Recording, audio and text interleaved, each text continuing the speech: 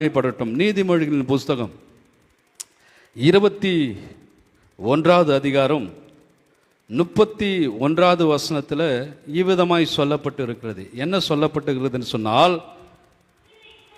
குதிரை யுத்த நாளுக்காக ஆயத்தமாக்கப்படும், ஜெயமோ கர்த்தரால். அல்லேலூயா. நம்ம எல்லாரும் சேர்ந்து சொல்லலாம் அந்த வசனத்தை.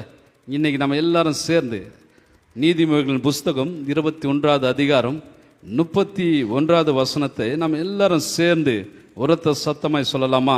குதிரை யுத்த நாளுக்காக ஆயத்தமாக்கப்படும், ஜெயமோ கர்த்தரால். கரங்களை தட்டி ஆண்டவருக்கு நன்றி செலுத்தலாமா? ஆண்டவருடைய பரிசுத்த நாமத்திற்கு மகிமை உண்டாவதாக. இங்கே வேத வசனம் நமக்கு சொல்லப்படுகிறது, ஜெயமோ யாரால வருமா? கர்த்தரால வரும். இன்னைக்கு பாருங்க, நம்முடைய வாழ்க்கையில் நாம் போகிற இடங்களில், நம்ம நிற்கிற இடங்களில் எப்பொழுதுமே நாம் தோற்று போகணும்னு நினைக்க மாட்டோம். உண்மை இல்லை?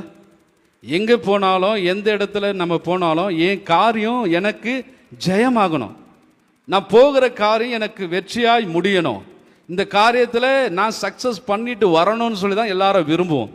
யாருமே என் வாழ்க்கை தோற்று போகணும், என் வாழ்க்கை ஒன்றும் இல்லாமல் போகணும்னு சொல்லி நம்ம நினைக்கவே மாட்டோம். எல்லாருடைய வாழ்க்கையில் யாரை கேட்டாலும் சரி, நான் வெற்றியை தான் பார்க்கணும், நான் வெற்றியை தான் பார்க்கணும். நம்ம உலக பிரகாரமாக எந்த ஒரு போட்டியில் போனாலும், பல பேர் அந்த போட்டியில் கலந்து கொண்டாலும், நாம் அதில் இருப்போன்னு சொன்னால் நம்ம என்ன யோசிப்போம்? அந்த போட்டியில் நான் என்ன பண்ணணும்?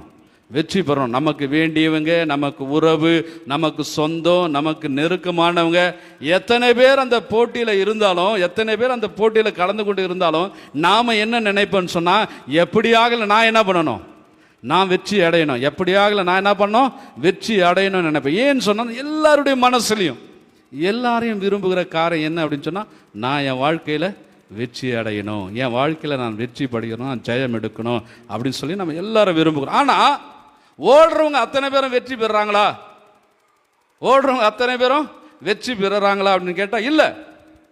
இந்த வாழ்க்கை என்கிறதான இந்த ஓட்டத்தில் ஓடுகிற அத்தனை பேரும் வெற்றி பெறுவதில்லை. ஒரு சிலர் என்ன பண்ணுறாங்க? தொடங்கின உடனே என்ன பண்ணுறாங்க? அதை விட்டுடுறாங்க. ஒரு சிலர் பாதி வரையும் போகிறாங்க, விட்டுடுறாங்க. ஒரு சிலர் முக்காவாசி போகிறாங்க, விட்டுடுறாங்க. யாரோ ஒரு சிலர் தான் என்ன பண்ணுறாங்க? முழுமையாய் போய் வெற்றி அடைகிறாங்க. அல்லேலூயா. இந்த முழுமையான வெற்றி அடைவதற்கு காரணம் என்ன என்று சொன்னால், வேதம் சொல்லுகிறது, நீதிமொழிகளின் புஸ்தகம் 21வது அதிகாரம் 31வது வசனத்தில், நாம் பலவிதமான முயற்சிகளை செய்து, பலவிதமான காரியங்களை செய்து நம்முடைய வாழ்க்கையை நாம் வாழ்ந்து கொண்டு இருக்கிறோம் இந்த உலகத்தில்.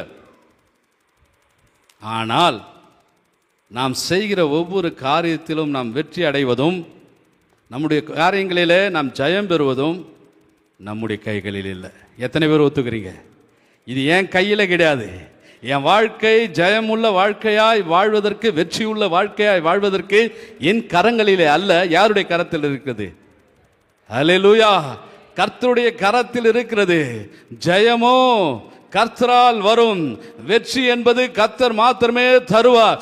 இன்றைக்கு ஆரம்பித்திருக்கிற இந்த ஊழியத்தில், இன்றைக்கு ஆரம்பிக்கிற இந்த ஊழியத்தில் கர்த்தர் ஜெயத்தை கொடுப்பார், கர்த்தர் வெற்றியை கொடுப்பார்.